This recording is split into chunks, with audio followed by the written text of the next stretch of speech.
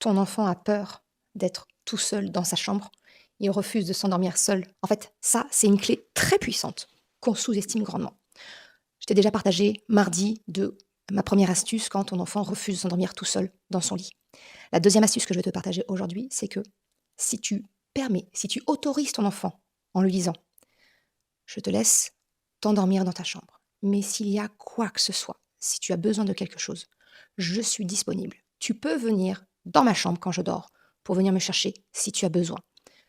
Si tu as besoin de moi, si tu as besoin d'être rassuré.» En fait, à partir du moment où on donne l'autorisation à notre enfant de venir nous chercher, on lui apporte une sécurité affective qui vient le rassurer, qui vient lui dire: «OK, je suis peut-être tout seul dans ma chambre, mais si vraiment je suis en galère, je peux aller voir maman, je peux aller voir papa. Je ne suis pas tout seul.»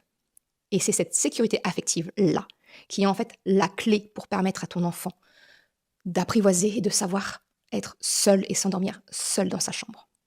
La crainte que tu vas avoir, c'est que ton enfant en abuse, qu'il en use et en abuse et qu'il vienne te réveiller et que tu revives des nuits hachées comme quand tu as connu quand il était nourrisson.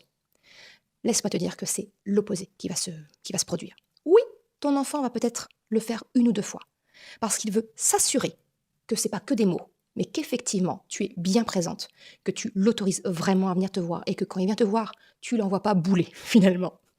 Mais une fois qu'il a passé cette phase de confirmation, je t'assure qu'après, il ne viendra te réveiller que quand il en aura vraiment besoin.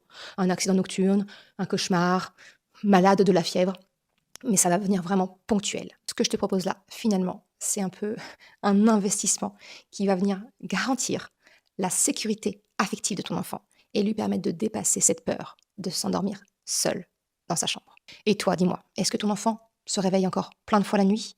Partage-le moi en commentaire, comme ça me permettra d'essayer de t'apporter des pistes, des solutions les plus précises possibles.